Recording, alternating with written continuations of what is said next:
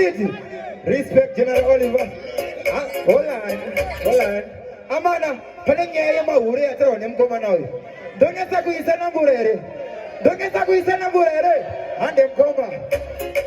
Is very much in Mahure. One from coma.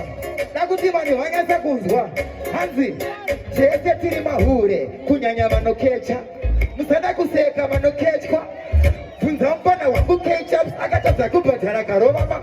Chese Tirima Huha. Hure, Tirima Huha. Tirima Huha. She goes to the chest of what it is. Hure, Tirima Huha. Tirima Huha.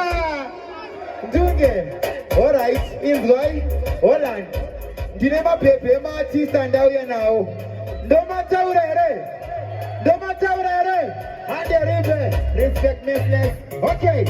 Kaya, apa Sugaka Wanda, no Saramasini, my baby, Tawanda. Shibak.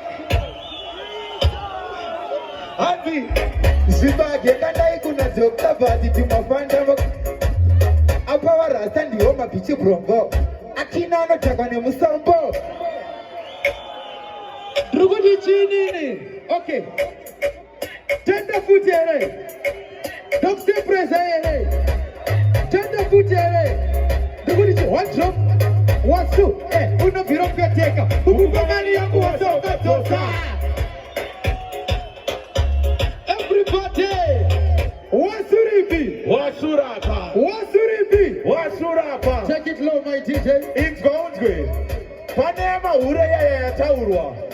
Inini sasekruwa mako nongo taura chinoani. Dotaura ere Glenview. Dotaura ere.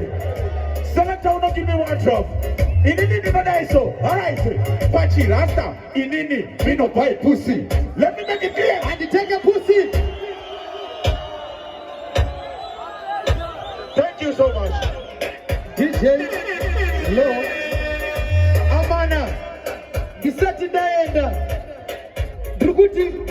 Wano garam Zimbabwe. What do I sick now? Can you get up Zimbabwe? What do I sick now?